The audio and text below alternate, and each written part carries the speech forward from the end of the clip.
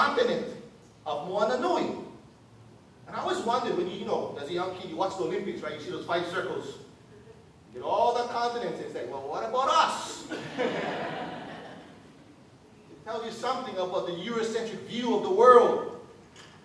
Oceans are seen as something that's empty. For our people, the oceans are our highways. It is that which connects us as a people. So it's only natural that we, the people of Moana Nui, gather and join. For our people, the Kanaka Oiwi, the Maoli of this Aina of Hawaii, one of our great Mo'olelo, or Mo'okuauhao genealogies traces back to what's called a Mele Kumulipo. And this Mele Kumulipo starts with the lines, O kia wika huli vela ka honua, O kia wika huli lo le kalani. And it starts off in our story. Our story begins with the beginning of time and space itself.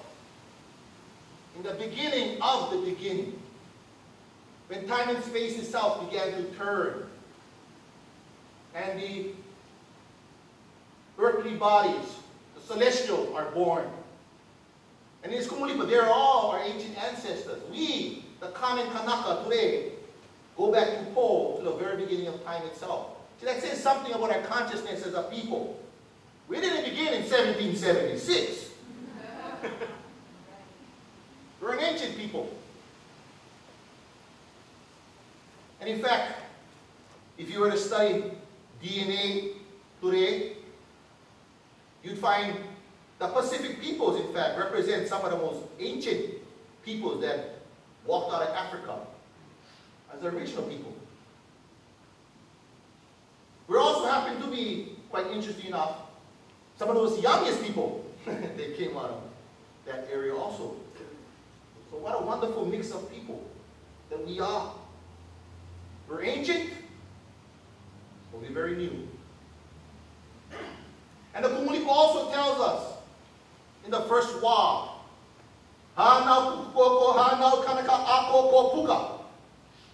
that the first life forms that appear on this earth begins in the ocean.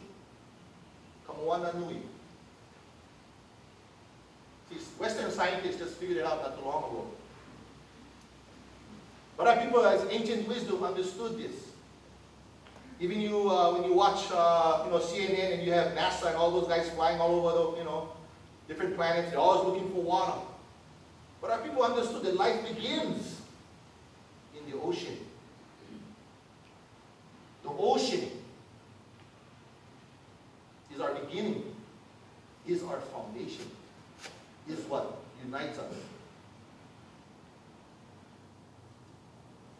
And with the ocean, my ancestors sailed off of Wallachia, the first people to cross any large ocean body with their canoes, traversed not just hundreds, but in fact thousands of miles across the Pacific.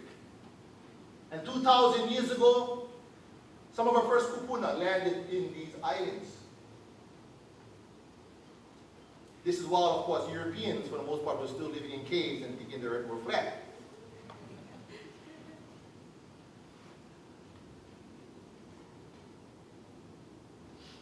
But that voyaging is something also important, especially today. See, we still have a voyage. When you talk about destiny as a people, Pacific peoples, destiny requires you to understand what's the destination. Because if you don't have a destination, you're left behind. And a destination or destiny requires you to have navigators. And I see many of the people here as navigators, launching our canoes into the future. But as Papa Maupiailu, the great navigator from Satawal, who guided the Hokulea in 1976 from Hawaii to Tahiti, using only the knowledge that had been passed to him by his ancestors, without any so-called modern instruments, sailed the Hokulea successfully to Tahiti. And he has these important words for us to guide us. And many of you know I use this quote all the time. It's such an important statement. As he says, if I have courage, it's because I have faith in the teachings of my ancestors. I want all us to say, if I have courage, it's because I have faith in the teachings of my ancestors. And Papa Mao was one of the greatest persons I ever got to meet. And in fact, just to add a footnote, if you ever get a chance to see, there's like a 3-hour video about Papa Mao on his island Satawal, and he's being interviewed, and he basically says, "Oh, those Americans, they're crazy, they're crazy." But he never saw his identity, his knowledge as being secondary to none. He understood that his way of life and his knowledge was as value to all. So when you look at the ocean, the Eurocentric ideals, again, view the ocean as someplace that's empty, that's void. But for our people, it's a cornerstone that we must always remind ourselves as being always at the center of all our discussions. Even for our people, when you need a time to cleanse, we ran to the sea and bathe yourself in the ocean, and we kapukai, as we say, to wash away the negativities of that time that may come upon you. So the ocean has also always been a healing place for our people.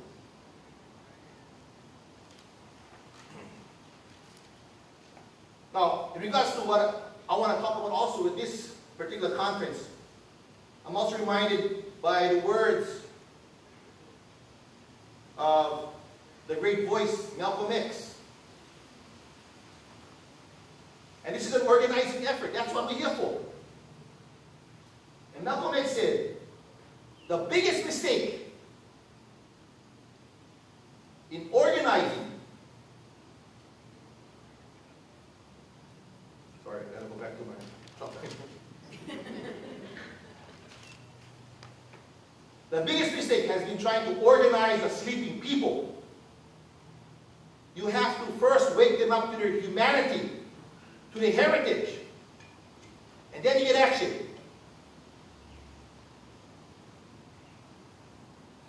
So the fact that for most of our people, many of our people, and I'm talking about my own people in Hawaii, many of our people are still asleep. They don't even see themselves within humanity. When you ask a young Hawaiian, who discovered Hawaii? They say, Captain Cook in 1778. How are we going to organize that young fellow unless he has a first understanding of who they are?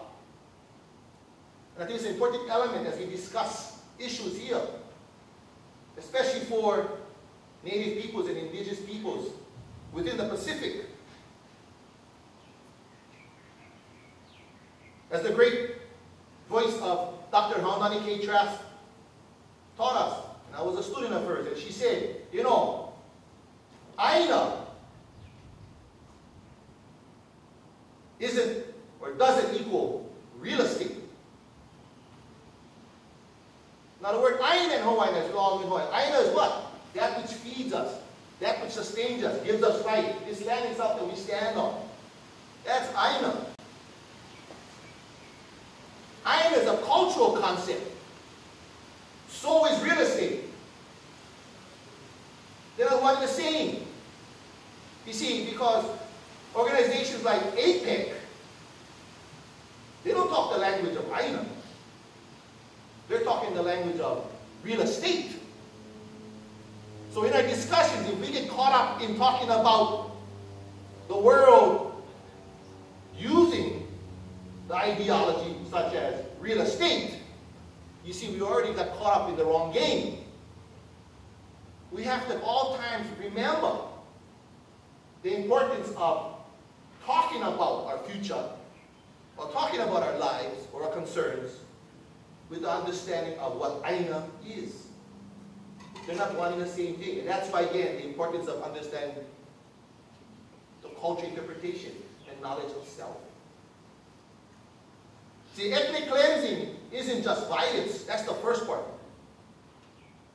And if you look at history, and we can start off with 1492, sailed the ocean blue, Christopher Columbus coming across, as I was taught in the 4th grade, for gold, God, and glory. See, he was looking for trade. He was looking for an open market. He just happened to come across what he called the Indians.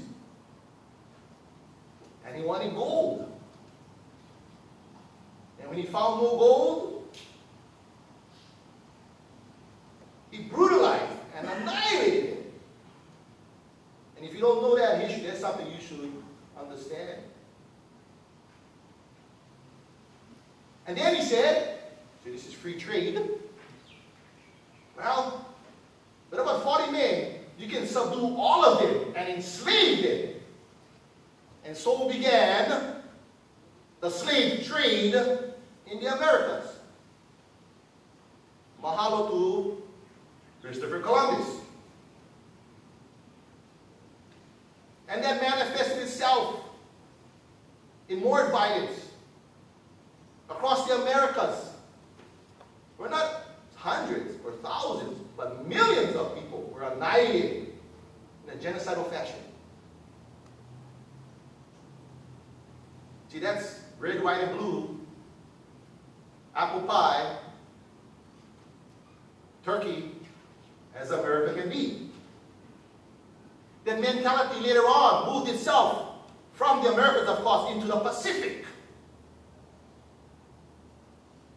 But we got to remember, see, that military campaign is only part of the process.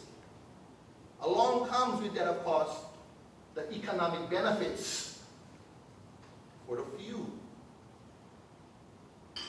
And in the Pacific, as you know, on the way to Asia, which is the markets they wanted, empires like the United States and others, the British and the French and the Germans and the Dutch, began to invade into the Pacific really with the same mentality.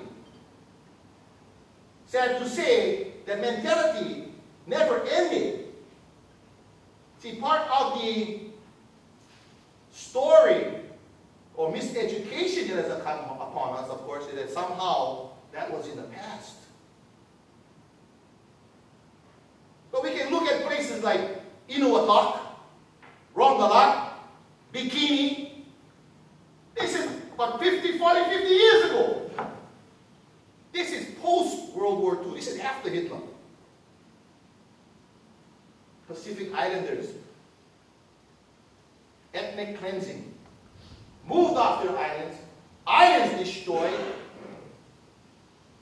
Radiation filled the seas. So that's part of the legacy. Oh, didn't stop there. We can look at other examples. The campaign of the Japanese into the Pacific and the horrific deeds that they performed.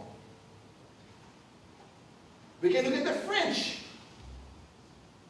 in more recent times, even in places like Kanaki, New Caledonia, in Tahiti, where in the 1990s they were still exploding nuclear devices. Not in Paris, but people they saw as guinea pigs. Places like Buroro, from afar.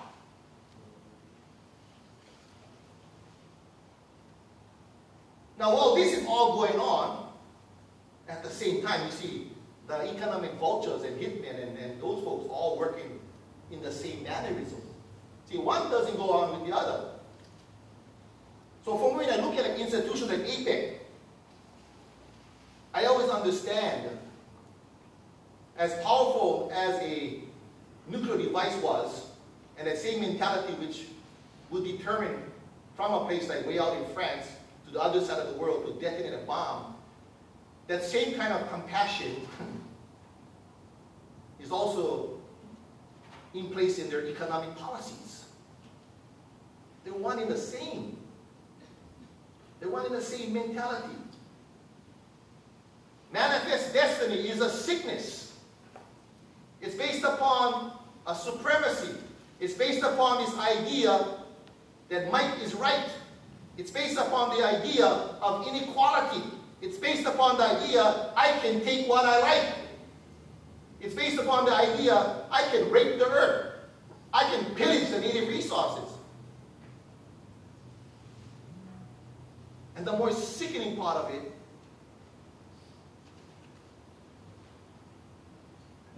is that they have been able for many times to teach our people to accept it. See, that's the dehumanizing effort. That's the most important effort that we got to recognize.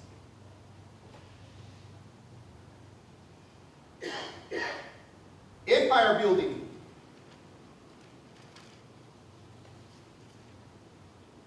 Uses violence, but empire building also uses the economic and social institutions to change. Well, look at Hawaii, for example.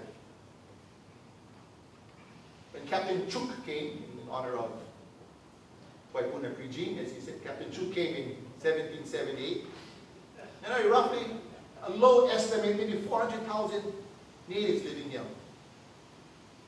By 1893, we were less than 40,000. That's 90,000. Sorry, 90%, excuse me, had disappeared. So we as the Kanaka, we just descend from the last 10%. We're the survivors. We are the survivors. But this story is not uncommon. You find it across the world. But you see, the 10% still have a resistance in them. How do we know? Well, that's why we know in 1897 we have the so-called coup d'etat petitions. That are people put down on paper their signatures to say that they didn't want to be taken, to be annexed by the so-called United States of America. But they had to work on the rest of that 10%. So institutions, the social institutions come in. And how do you do with the rest of that 10%? To programs of education, programs of religion, programs of economics, to make them become aliens within their own homeland. So from now on, a young child doesn't see Aina, and instead all he can speak of is the language of real estate, and hence he's caught within that language and that culture, and therefore is bound. Now, I don't want to say it's all bad news, because they say, you know, whenever there's zero pressure, there's always resistance.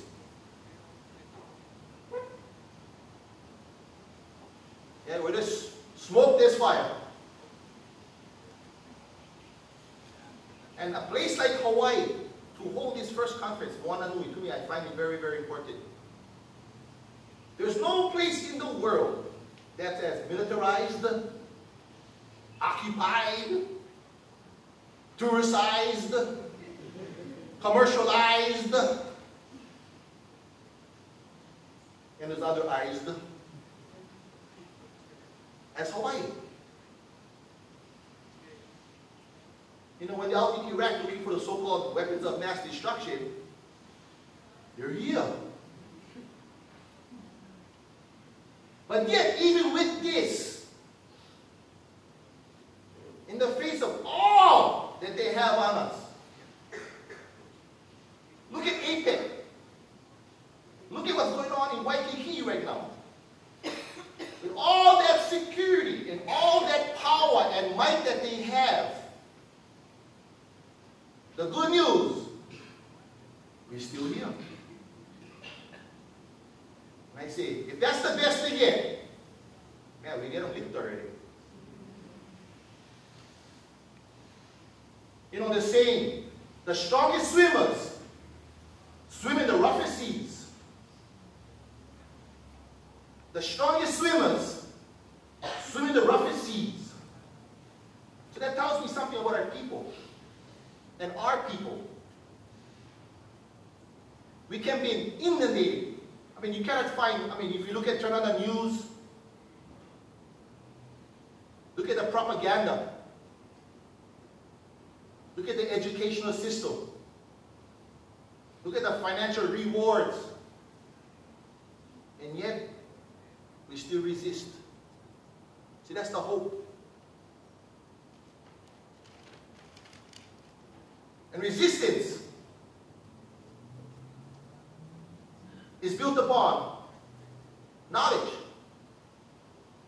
And if you look at the United States in its history of slavery and the plantation system, so when I look at APEC, to me it's just a slave plantation owners, negotiating amongst themselves. And the slave system was based upon the fact that the slaves never really knew what was going on. But if you found out, the so-called cracker would find out that someone knew what was going on, they brutalized that person. Yeah? Made mockery of that person. Made sure he was punished in front of everybody else. See, that's part of the system. That's the brutality of this system. But we understand, right? As people like Malcolm X had said, within the plantation system, the slave plantation, you always had the so-called house slaves and the field slaves. See, the house slaves, as they said, love their master.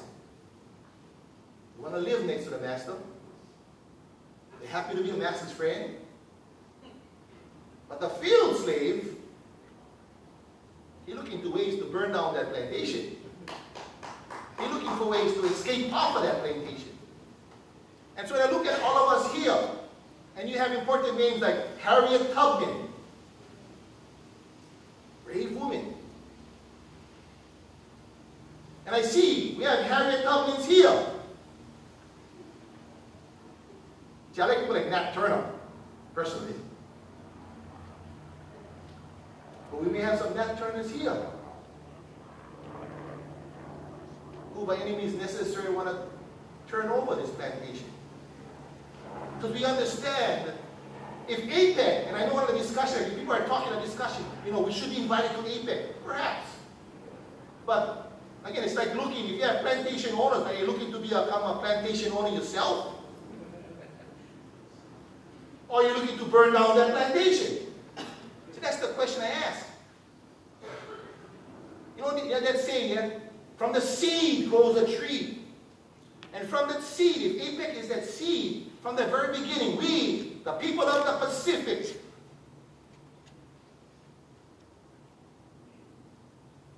have become mute. We have been silenced. We have been ignored. From the very beginning of APEC, when people say, isn't it surprising there are no Pacific peoples involved? No.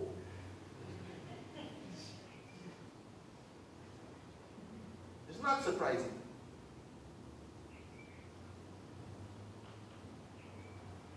Because we as the Pacific peoples offer a counter-hegemonic voice. See, that's the threat.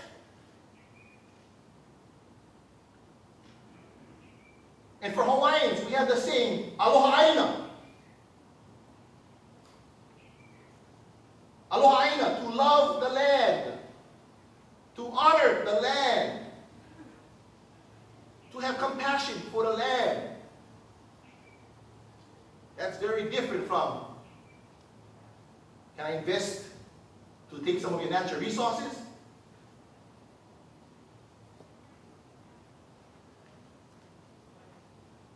This voice from our peoples is the greatest weapon. As Stephen Biko, the great South African organizer, said, the greatest weapon of the oppressor are the minds of the oppressed.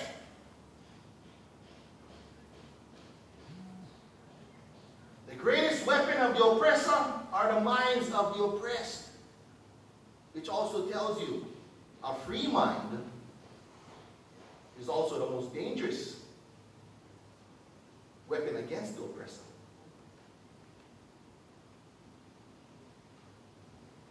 And so that voice that hopefully comes from this conference is one which will challenge that discourse. And we will speak on behalf of Moana Nui.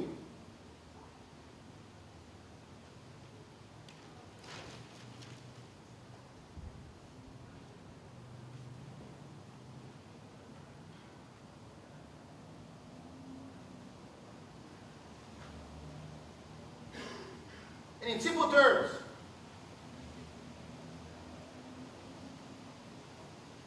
we are here in opposition not to APEC, but we oppose inequality. We oppose the pillaging of natural resources. We oppose the dumping of radioactive material into our ocean. We oppose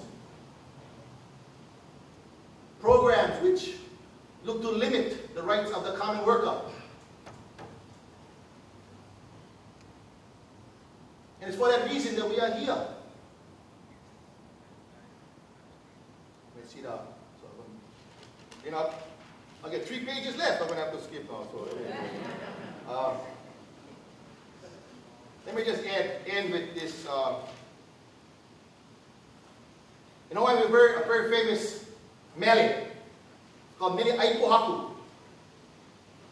Song to Eat the Stone. And it's reference to after the United States landed their troops here in the military takeover of these islands. And our people in this resistance song has this particular lines in the song. Aole mako e mina mina, ika pukukala o ke au mudi, ualava mako ika pohaku, ika ai kamaha uka aina. You know, we're not going to value and worry and get all stressed over money. See, that's the trap. When people talking economics, they're talking money. That all we need, Walava Mako, is the land. The Pohaku, those wondrous rocks that nourish us and feed us. You see, that's what the fight is about. And I thank my ancestors for giving us their wisdom and guidance. And I'm going to end right now with well, when I make a statement, everybody say, yeah. Yeah. Mai ke kai mai. Okay, so when I say this, when the APEC says, what? Pacific peoples, we say, yeah. Mai ke kai mai. When the APEC says, can you let us exploit your land and resources for economic development? We say, yeah.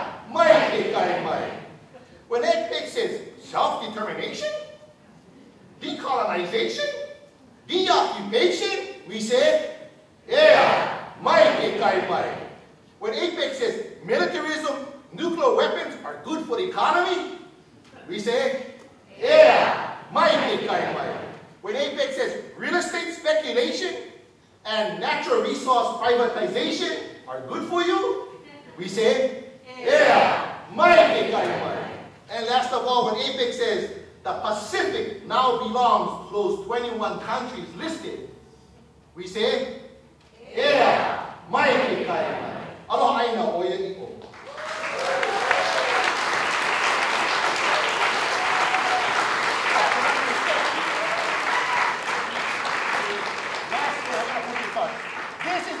of my good teacher, John Kelly.